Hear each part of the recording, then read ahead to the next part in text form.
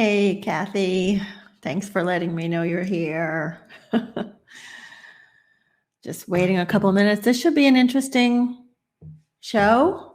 Oh, there's Mom. Hello, Mom. It's good to have loyal people. We have a couple of minutes before we're starting, and I just thought it would be nice to kind of get on a little early since I don't have a guest today and just check in with y'all. I'm glad you're feeling a little better, Kathy. Let me know. Can you hear me? I'm sure you all can hear me, but just thumbs up or something that you can hear me. Judy, yay, thank you. Loud and clear. Thank you, my friend.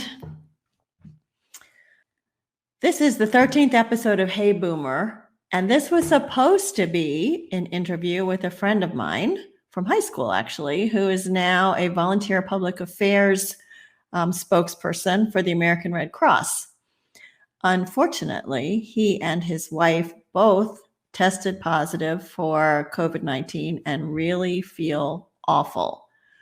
The good news is they are still home, and he told me this morning that he feels like they are improving, although they're still running a fever, they still have the cough, but and he said it's miserable, just horrible illness.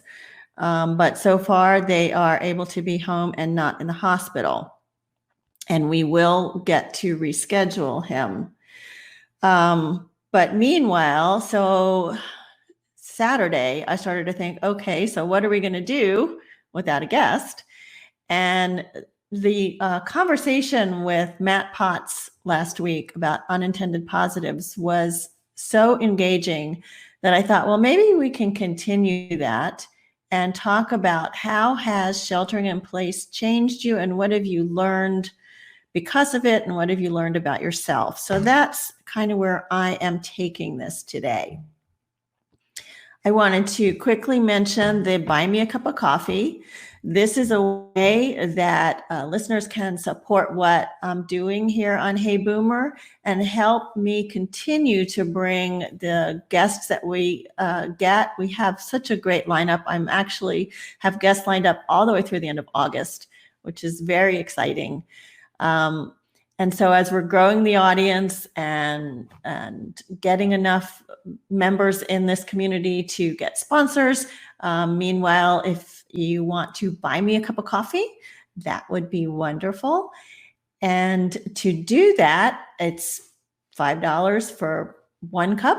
If you want to support, become like a member, they call it, it's $50. And that gives you the opportunity to me do a call out for your company or an organization that you're part of, or some avocation, anything that you're really excited and interested about, we can do it as a sponsor call out, which is what I am going to do right now. So I'm going to talk about the CART Fund. And this is a call out because of my friend Elizabeth Lyon, who did a very generous Buy Me a Cup of Coffee donation. And CART stands for Coins for Alzheimer's Research Trust. And it is a organization where all of the funding for this organization, all of the funding that is raised, goes directly to researchers for Alzheimer's. And these are typically the smaller researchers who are doing cutting edge research, but they're not quite big enough to be part of the National Health Institutes or the WHO and or other organizations that might be funding larger research. So the CART Fund helps to fund that research, and then as the programs develop and they get more information and they become they get findings that seem to be really relevant, then they get better situated to get NIH funding and that kind of thing. So CART typically is it's started by a Rotarian here in South Carolina. And what happens is at the Rotary meetings, we take loose change and we put it in a little cup, and this loose change is collected, and hundreds of thousands of dollars have been raised this way. But as you all know, since March, most Rotary clubs have not been meeting in person. So the fundraising has gone way down. And this website that's on the screen here, cartfund.org/cart/donations, will allow you to contribute to the CART Fund and help researchers with their Alzheimer's research. So thanks, Elizabeth, for that sponsorship. Okay. All right. So because this is a conversation today, I mean, even more of a conversation, but it's a conversation with you and me. And so I am really hopeful that you will participate with your comments and share with me some of your learnings and even some of the opportunities and challenges that you have encountered and grown from during sheltering in place. And I will share my story and my learnings with you. I mean, there's a lot of things I've learned, but I'm going to just talk about some of it.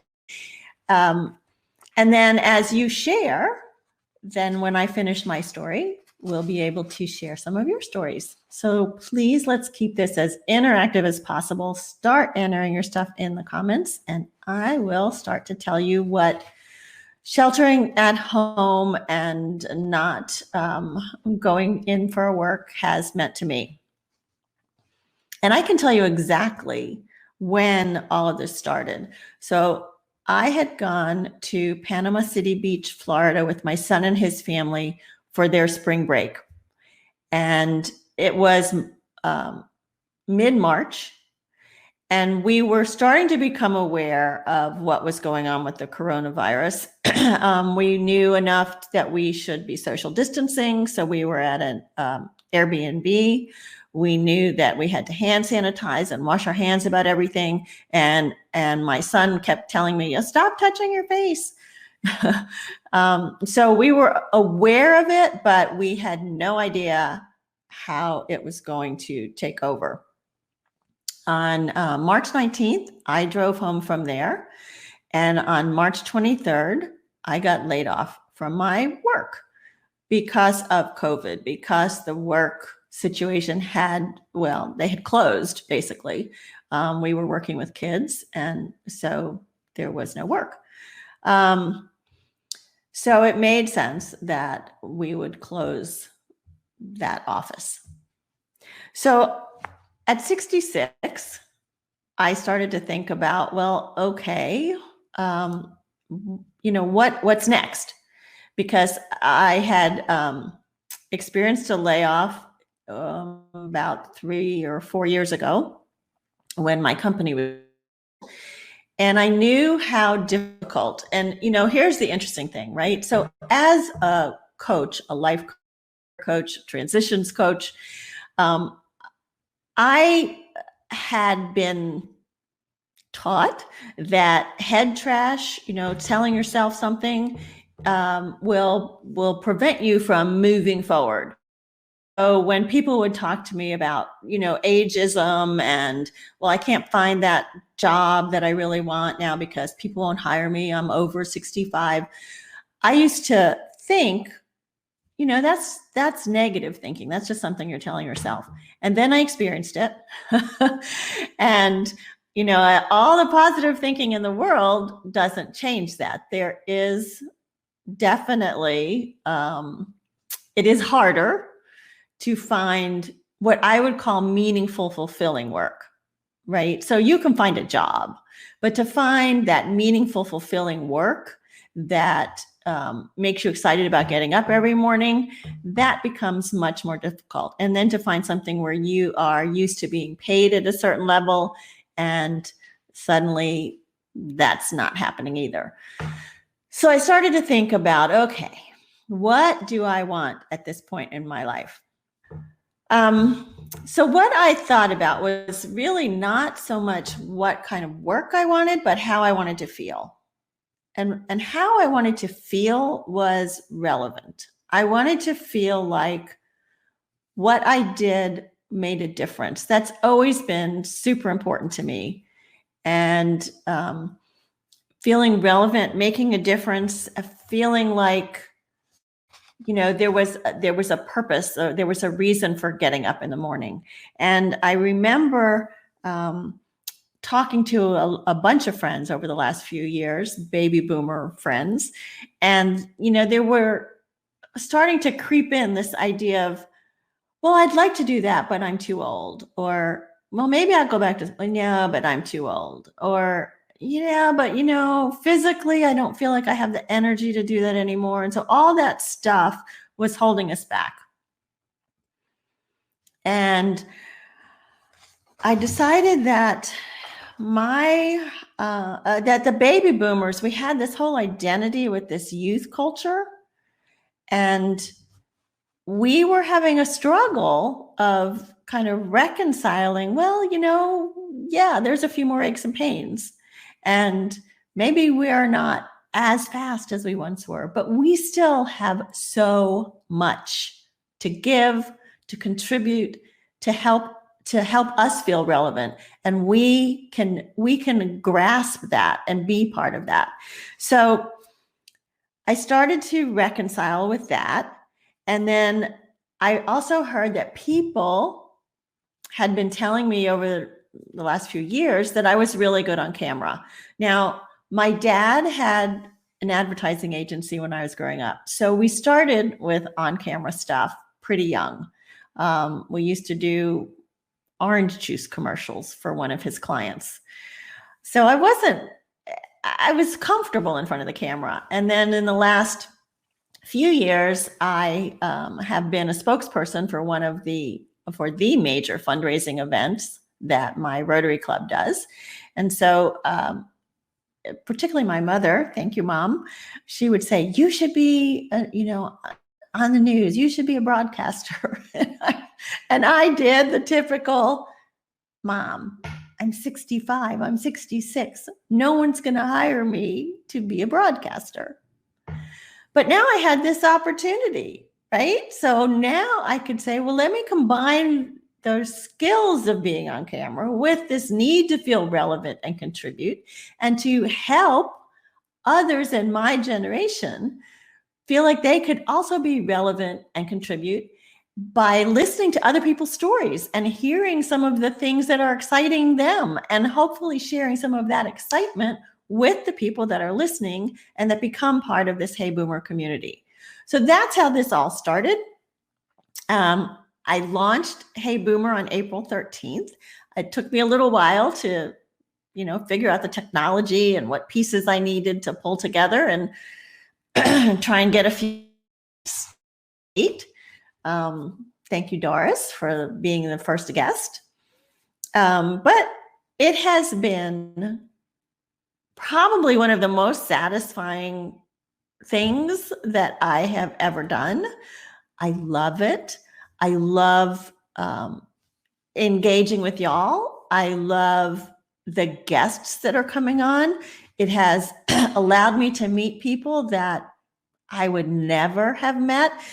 And just for you, so you guys know, I'm going to have somebody on from the UK who reached out to me. We're going to have somebody on from Australia who has reached out. So it's like, there's no way I would have found these people and talked to these people. So that's super exciting. And then the stories that we're getting and sharing with y'all, I just think that's even more exciting. It has also been a huge learning opportunity for me. Learning more about social media.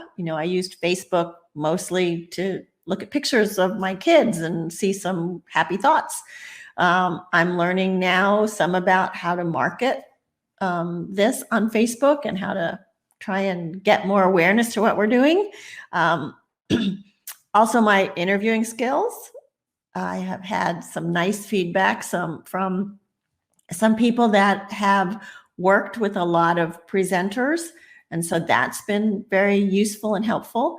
And listening skills, so when you are interviewing somebody or having a conversation with somebody, it's super important to listen to what they're saying and respond in a way that shows them that they were heard, and you progress the conversation with a question. So that has really helped me get better at that. So this has been great in that sense. It's also bolstered my self-confidence. I know that, when I was doing my job that I got laid off from, I was frustrated with it. I didn't feel fulfilled, and I didn't feel like I was making the contribution that I wanted to make. And so now the days go by because I'm learning and I'm engaging, and I can't wait to get up in the morning to do this and to talk to y'all and to look for more guests and, build the program. So that has been very exciting and awesome for me. So that's a big way that sheltering at home has changed me and what I've learned. I've also connected more, like my mom. We talk every day, and I know she appreciates that, and I appreciate that. And, we've had a lot of Zoom conversations with friends and family all over the world that we would not normally have been connecting with on a regular basis. So that's been great too. So now I want to hear from you and what you have learned and how it has changed you. And I see that Kathy says she's become a better listener, realizing people don't feel the same about many things, and she might feel differently about them. Oh, that's huge. Become more open to listening and respecting other people's perspectives on a variety of things, topics, issues, etc., that are impacting our recent days, weeks, and months. That's huge, Kathy. And that kind of goes along with this listening. That kind of goes along with the listening skills. So, if somebody is sharing something with you, Kathy, and you don't agree with them, I'm curious as to how you have been able to open yourself to listening to that without just reacting or responding. And it is a lot about respect. Yeah. So thank you for that. But if you want to answer that question, that would be great. And I'm looking to see if anybody else has some ideas of how they want to share what they've learned or how they've changed since we started sheltering at home back in March. So Doris, thank you. Doris says she agrees that we're connecting more and better across the miles, and has Zoom made a big difference to others? I know Zoom has made a huge difference to me. I was able to speak to this woman in Australia using Zoom. They are 13 and a half hours ahead of us. So I talked to her at 7:30 at night. It was 9:00 the next morning, her time. And we sat there like we were in the same room using Zoom. It was amazing. It's great technology.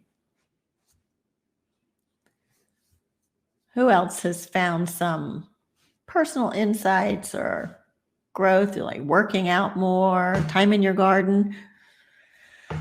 That is something that I have also done, spent more time in my garden. I have sunflowers coming up, which is really fun.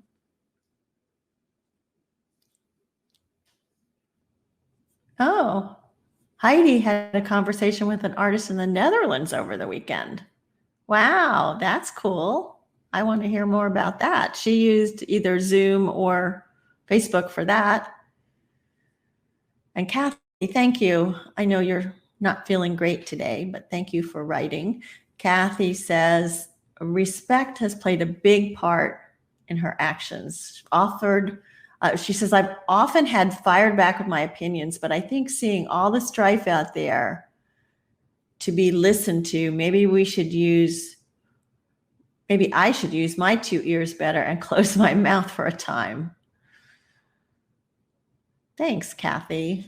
It's so easy to get triggered, when somebody says something that we disagree with, to just jump right in and kind of defend our position or our point of view. And if we can just say, tell me more about that. Why do you feel that way? It really does kind of de-escalate things and helps with the conversation. And Doris says, I think I've always had an appreciation for our retired circumstances, but in these times, we are reminded every day of good health, pensions, etc. Pension is nice. All right, Mom, she says, welcome. I've learned I don't need things to feel satisfied. That's awesome. I've become more creative about home projects, even learned to cook and enjoy it, which my kids would be amazed at. Yes, that's true, Mom. And she's reading serious books that she never had time for, like History of Our Country. I know she has read about so many of the early presidents, and in some ways I think it has, and I don't want to put words in your mouth, but in some ways I think it has helped her with a perspective that, some of these problems that we're seeing today, different and the same. There always been different points of view and different personalities. And if we follow Kathy's advice to listen more and be respectful. Bruce. Bruce says, Zoom and other apps like it have brought people together. More family interaction with members distributed around the U.S. Hold on, went away. First college over Zoom for a birthday. Oh yeah, I remember you mentioned that. I bet that was fun. And now we'll get together on each person's birthday. Important human connections when we can't due to COVID or distancing. So true. I mean, we may miss our hugs and our face-to-face, interactions, those of us especially who are huggers, but to totally cut out interaction is not healthy. And so I'm glad you're getting all that together, Bruce. That's awesome. Let's see, Doris. One question we ask us, what more can or should we be doing to help others? What do you think, Doris? What can you do or should? I don't like the word should, but what can you do or what do you want to do to help others, I guess, is the question. And Judy said, I think that Zooming opens new doors for discovering your personality, how aggressive or quiet you are among others. Oh, good point. So, right, because on Zoom, everybody's talking. And so are you like trying to charge in there and get your voice heard, or are you willing to kind of sit back and be the one that's listening and kind of taking in everything? Yeah, good point, Judy. Thanks.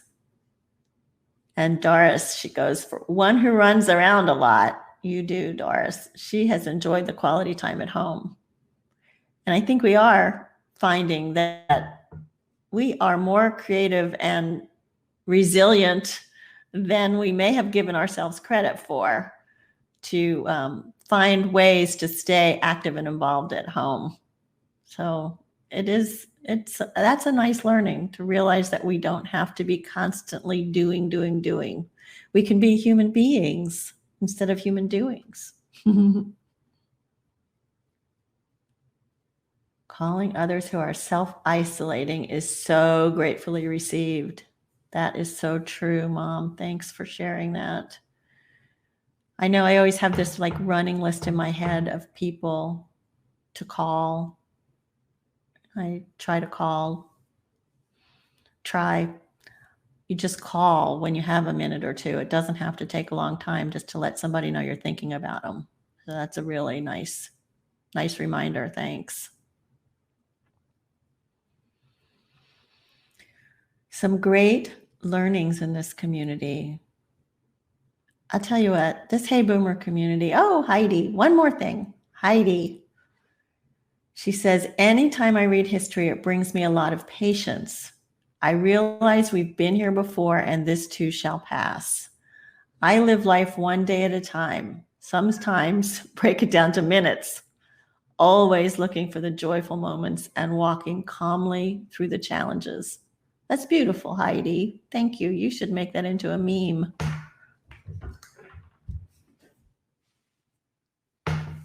And it is important to stay connected. And Doris says she doesn't like the word should either, but looking for ways to ease the shelter in place for others every day. So how are you doing that? With the Zoom, with the phone calls, are there other ways? I'm going to have a ton of tomatoes here real soon. So if anybody would like some tomatoes, I can certainly set up a delivery or leave some on the front porch that you can come get. So yeah, there's lots of ways. We just have to be creative. In fact, this was fun. I was talking to my granddaughter the other day, and I said, why don't we have like a grandchild grandma book club? And I said, you pick the book, and then we can read it individually and then get together on Zoom or something like this and talk about it. So it's a way to stay connected because they're not here, but it was just an idea. So we can get creative, come up with ideas. So as I started to say, thank you all. Hey Boomer is so meaningful to me. I just love that we are building this community and that we are coming together to support each other and to feel like we still have a voice in this world and we are still relevant, active, intelligent human beings. Please share this with whomever you want. And, let's keep building this community because I think that's going to be great for all of us. Let me tell you about my guest for next week.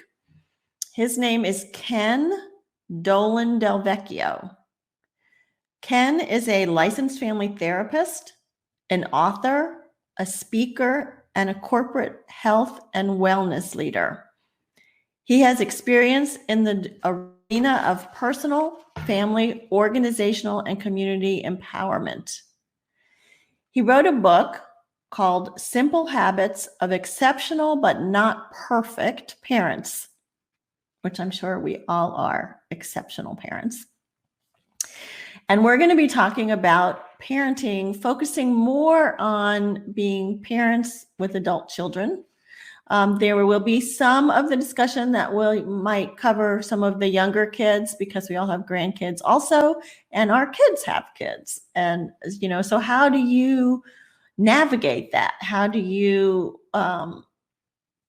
parent and not parent your adult children? How are you a friend and a role model and a guide? So it should be a very interesting conversation. Ken is a very personable, well-spoken individual. I think you all will enjoy him. So please be sure and invite your friends to that. And I just wanted to let you know that when I am not broadcasting, I am also working with individuals, and I'm working with them on helping them navigate transitions, helping them to meet unmet goals, and helping them embrace change in their life. So I have a Facebook page called Act Life Coaching. And if anybody is interested in that, you can message me on Hey Boomer, or you can message me on Act Life Coaching. So thank you all for playing today. We all have stories to share, and let's keep sharing our stories. Let's keep building this community and have a wonderful rest of your day. My name is Wendy Green, and this has been Hey Boomer.